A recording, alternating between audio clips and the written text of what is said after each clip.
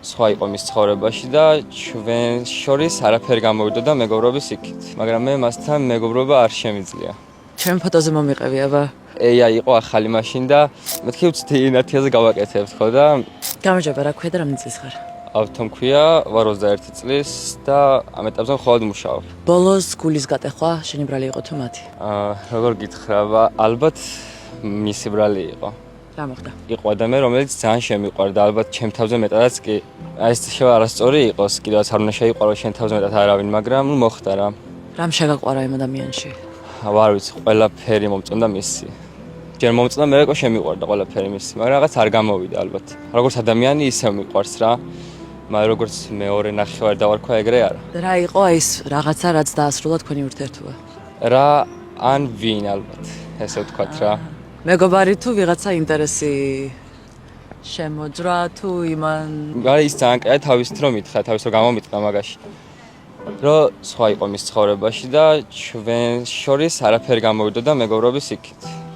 მაგრამ მე მასთან მეგობრობა არ შემიძლია. ანუ გული გაგიტეხეს. ხო კი და მის მერე, რავი, არც არავინ შემყარებია და არც არავინ მომწონებია, ესე რომ ვთქვათ.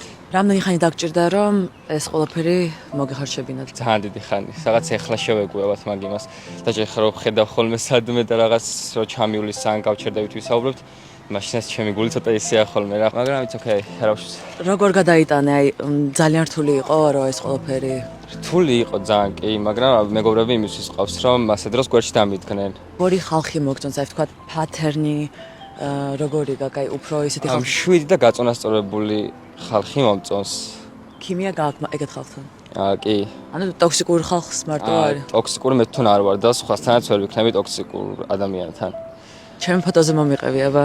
AI იყო ახალი მაშინ და მეთქი ვცდი ნათიაზე გავაკეთებთ ხო და მაშინ გავაკეთე და შენი ფოტო ძალიან რეალური გამოვიდა.